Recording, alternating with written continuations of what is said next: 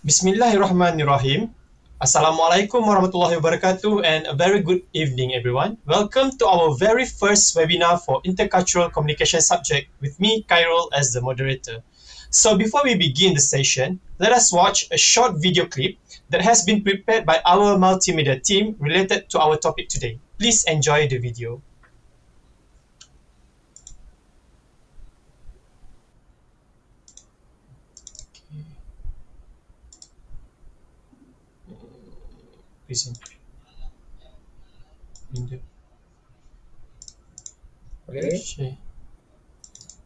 Controversial, historic, and surprising.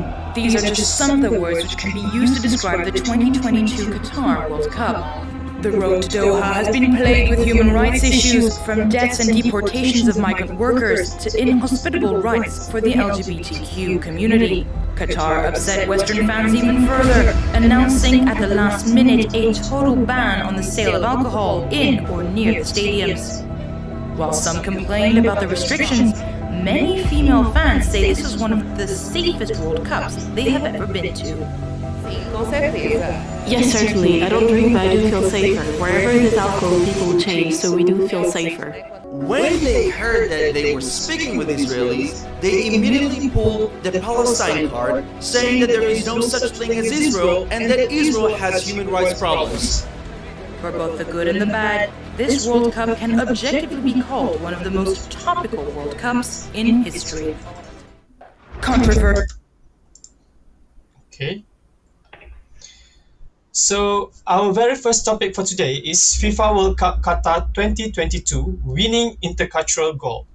So as you all know, this is the first World Cup ever held in the Arab and Muslim world, and also the second held entirely in Asia, first being in South Korea and Japan back in 2002, which is 20 years ago, and out of 32 participating teams, Argentina was crowned the champion. The choice to host the World Cup in Qatar, however, has attracted significant criticism. The selection of Qatar as the host country was controversial. The controversies surrounding the World Cup in Qatar were described as a cultural conflict or clash of civilizations between authoritarian Islamic regimes and secular liberal democracies. So here with us today to discuss these intercultural issues of the event is Mr. Imran Halim Harun, Minister of Culture of Qatar. Hello, Mr. Imran. Hello. Ms. Nurul Rashidah Rosli, a well-known sport journalist from CNN. Hello, Ms. Rashidah. Hello. And Ms. Ain Najiha Azmi, President of England's Supporters Club. Hello, Ms. Ain. Hello. So to open our discussion today, let us go through the lens of our sport journalist, Ms. Rashidah. From what I read and watched through various channels of media, there are many criticisms and controversies surrounding the choice to host the World Cup in Qatar. And most of them are actually intercultural issues. Can you give us an overview of the issues, Ms. Rashidah? As we can see, there are many issues brought up by the Western media when Qatar hosted the World Cup, such as corruption in bidding process, the treatment of migrant workers to building a stadium, ban on homosexuality in the country, human rights and freedom of expression in the spotlight, and breach of security regarding the World Cup apps. The most highlighted issue that I find interesting is about human rights, where Western media just pointed out this issue to make Muslim countries look bad because they create a fantastic job as a host. There are many protests regarding the homosexuality rules which being banned in the country, but the rules are already be applied in the England when they become a host at 1916 seat. But at that time, there are no harsh criticism coming out from other country about the issue. They gladly adhere to the rules and regulation of the country. But when Qatar, which a Muslim country, makes the same rules, it becomes a different point of view. To the West, it seems like they want to push their culture towards another culture. Like everyone need to accept what the change they do, but they can accept others people cultures. Mm-hmm. Thank you, Ms. Rashida. So from the journalism perspective, it is clear that actually this is regarding the propaganda related to intercultural. And we are also grateful here to have the Minister of Culture of Qatar with us today. So, Mr. Imran, since there are a lot of issues related to intercultural, as stated by Ms. Rashida, how do you tackle such issues, especially at ministerial level? Okay, thank you, Faisal. For us, among the most highlighted issues are the human rights and the foreign labor issues. You have to understand that Qatar, being a small country, we do have a large number of non-Qatari, which is 88.4% of the population.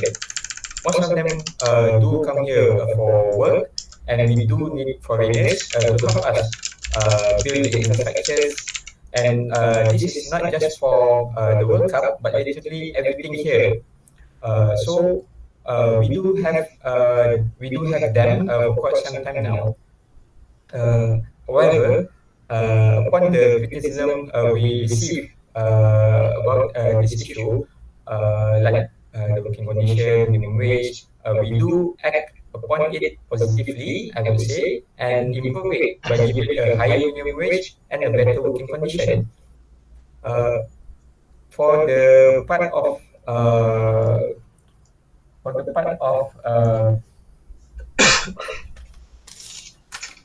homosexuality, Islam do ban homosexuality, so does other religion. However, we do welcome all people from all over the world, regardless their religion, their orientation, and their belief.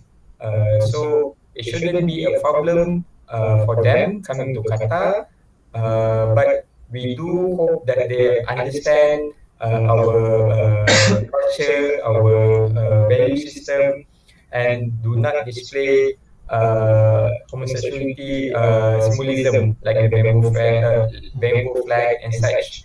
Other than that, all are welcome. And Islam also ban alcohol, so there won't be alcohol in or nearby the stadium. However, there are some places that people who do consume alcohol can go and enjoy their drink there. There won't be a shortage of alcohol during the World Cup, so people do not need to worry. So this is most of the issue that we are being tackled at the ministry level, not just the Ministry of Culture and also other ministry in Qatar too. Thank you, Mr. Imran. I do agree with you that every foreigners need to respect the law of the country they are in. I think this is actually applicable to all. Like even Asian travelers who went to Western countries, they need to abide to the laws of the countries as such. So we have also here invited the president of England's Supporters Club, Miss Ain. Hello, Miss Ain. So she herself has actually attended the World Cup in Qatar to give her personal views of what really happened there. So Miss Ain, may you share with us today what's your experience as spectator of this spectacular event? Okay, thank you for the question. First of all, I would like to say about the media. I mean, like in my own experience, I could see that Qatar is doing a wonderful job as the host of 2022 FIFA. Sorry. Okay, honestly, there were a lot of skeptics and stereotypes on my side, and my friend and I kept thinking to ourselves, how can a small country in the Middle East, an Islamic country, you know, that the kind of mentality organize one of the huge football tournaments, and obviously the media isn't helping either. I mean, like the biases, the racism, the clear double standard that we can notice, especially from Western platforms that manipulated the headline, and even in my country, for example, some part of the opening ceremony was cut off, where it included memorable cultural and religious elements. But in my own experience during the Qatar FIFA, I could see that Qatar is doing a wonderful job. And as a woman traveling to a completely different country and to watch a sport that is mostly associated with men, I could describe Qatar as a safe place. There was no harassing, catcalling, there was no cynical chance or gender discrimination of any kind. And I also read some of the news articles that most of the women who came here also say the same thing as I am. The stadiums were more welcoming than the ones in my country, and I feel very safe and comfortable here actually everywhere I go. And besides, I want to add a bit. I also like the cultural exposure here. There were custom-made clothes, the Qatari traditional clothes, where it made with the flags on it. I saw some people from England wearing white and red tops, Brazilian with the green and yellow, Argentinians with blue and white, and so many more. It's really interesting idea to combine things that represent both of the host and also the visitor countries. All right, thank you, Miss Anne. It is very interesting to hear from you, to listen to first-hand experience of what really happened on the ground. And then I do believe that you've really enjoyed your travel there and brought back many intercultural memorable moments, isn't it, Miss Ain? So, Miss Rashida, as what have been shared by Miss Ain, there are certainly some sort of clash of cultures happening ongoing during the event. There are also some issues regarding treatment of journalists of Israel, from what I've heard. So, what's your opinion as the journalist who covered the event? Actually, as Miss Ain said, that we can see people is very excited during the FIFA when people come out with the combination of the colour representing their country. From that, we know how people are very proud of their culture, even though they are in other country. So, even before the start of the event, there were many controversy raised by Western media. As the event goes on, we can see more positive things happens. For example, we can see people from the Brazil, they coming from a different culture, feel excited to learn the right way how to wear headdress or gutra with the black robe, known as the agal, which are representing Qatar culture clothes. So it's not only men that try out the gutra, but some women also excited to learn how to wear it. We can say at that time Doha Street being transformed into chaotic runway shows in a fashion. It's not only gutra, but people also wear a throat that being swing with a combination of color that represent their country. So it is amused how Qatar uses the event to introduce its culture to the world. We can conclude that even though we are coming from a different culture, different background, we can still enjoy our different with fun. About the issue regarding the treatment of journalists generally from Israel, you can blame the fund for refusing to speak to the matter because it is their right to do so. Because some fund, especially from Arab world and Muslim country, feel hatred and resentment towards Israel as their people have created a serious human rights violation and unreal living condition towards Palestinian people since 1697. They took over their homeland, killing innocent people, controlling military security for every checkpoint, and building a separation wall to divide the family. So it's not for me. I will do the same thing to show the hatred what they do to the Palestine, to the people Palestine. Yeah. I actually share the same sentiment with you, Miss Rashida. It is the same with everyone in the world, actually. So thank you, Miss Rashida. A very insightful sharing indeed, especially from the lens of the journalists on the intercultural issues of the event. At one point, I do believe that some football fans mentioned about the ban on alcohol and female safety during the event. So, Miss Ain, as the ultimate football fan, how do you feel about the issues? Okay, thank you again for the question. Just my solid opinion regarding this issue, like Mr. Iman said, first of all, we as guests need to respect the host rule and its official religion, Islam, that there was an arrangement to drink. And I mean, like, it was not a fully 100% alcohol banning. It was just in and near the stadium. So, I mean, like, it's not a really bad thing. You know, we came here to watch football. So, those drinks can really, even without it, we still can enjoy the match, singing and cheering for our team. I mean, like, we won't, it's a good thing that we won't forget it and also won't harm others because we are in a completely sober condition. So I'm completely on Qatar's side in this case, saying that this restriction also is a good initiative that contributes to the safety here, where we are in the right mind and conscious of everything that happens. Thank you, Miss Anne. It is truly amazing to hear your sharing. And going back to our topic, Qatar as a host country does win the intercultural goal, having promoting the peaceful culture and the beauty of Islam and sharing it with the world. So before we end our session today, our final and probably the most controversial question for our Minister of Culture, Mr. Imran. What is the most difficult intercultural issue that the ministry have to tackle during the event? Okay, thank you. For us, while hosting the World Cup, Qatar has become a melting pot of cultures around the world. We have people from the European, American, South American, Asian, and such. So everyone is converging in Qatar. So for us, it is how we are managing these people expectation and organizing the World Cup. And for me, we have done a lot